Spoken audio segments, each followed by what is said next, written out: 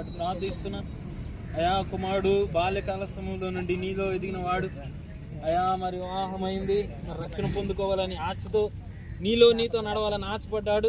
ఆశగల ప్రాణం తృప్తిపరచువాడు నీవు అయా. కుమారుడు మరి ఇప్పుడు దాకా చెప్పినటువంటి మాటలను 10 ఆజ్ఞలను గ్రహించి జీవితంలోనైనా ఉన్నతమైన స్థితిలోనికి నడవాలంటే, ఉన్నతమైన బ్రతుకులోనికి జీవించబడాలంటే, నడవాలంటే ఆ యొక్క 10 ఆజ్ఞలను అనుసరిస్తూ ముందుకు కొనసాగిన ఎడల నీవు మా పట్ల గొప్ప కార్యం చేస్తామని నిరీక్షణ కుమారుడికి మీరే దయచేసి నడిపించి కృప చూపించమని. ఏ యొక్క ఆజ్ఞనైతే మేమైతే తప్పిపోతామో ఆజ్ఞల్లో నుండి అయా మేము తొలగించబడిన వారిగా ఉండటానికి వీలు లేదు ప్రభా.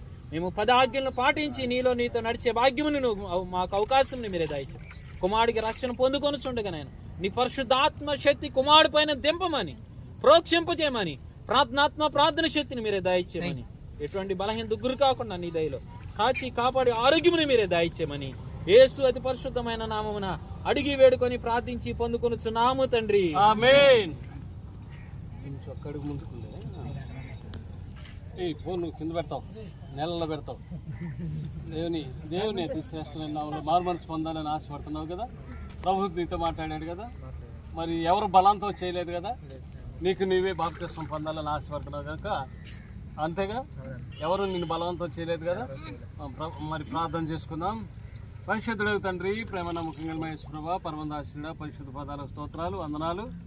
కుమారుని మీరు జ్ఞాపకం చేసుకోండి. అనాది కాలంలో బాబురావు గారిని వేస్తారు మనం ప్రేమించి మీరు ఇచ్చిన కుమారుడు, ప్రథమ కుమారుడు.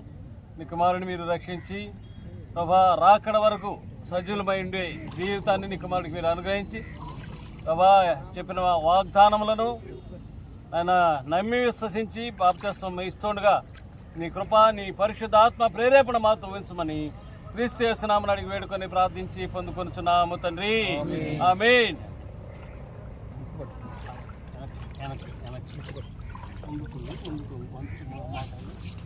తండ్రి కుమార పరిశుద్ధాత్మ ఇస్తున్నాం.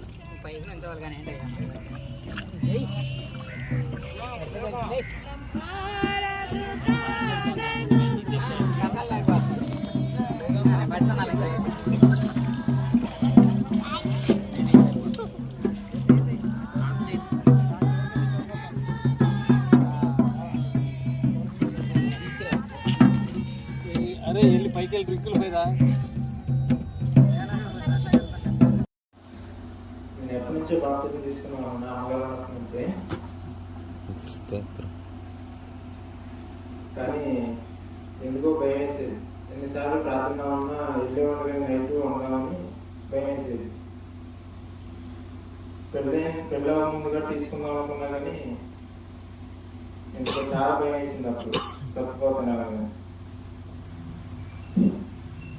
ఎందుకంటే వారం ముందు వీళ్ళు దసరాకి వీళ్ళు ఉన్నారు. ఆ టైంలో నాకు బాగా అనిపించింది, నేను తీసుకోవాలి. కానీ ఆ టైంలో నాకు సెలవులకి ఇవ్వాలి. సరే అని మహిళతో మాట్లాడితే ఈ నెలలో ఈ వారంలో సెలవు వస్తుంది అలాగే ఉన్నారు.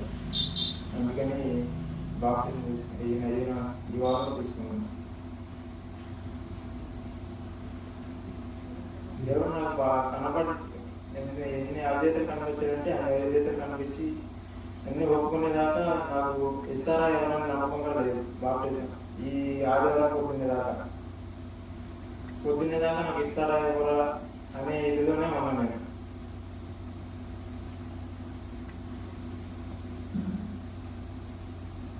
అందరినీ క్షమాపణ అడుగుతున్నట్టే నాకు మనసు కుదిరిపడింది. ఆ తర్వాత నేను బాప్టిజంకి సిద్ధపడడానికి నాకు ధైర్యం వచ్చింది. అప్పుడు దాకా నాకు రాదు.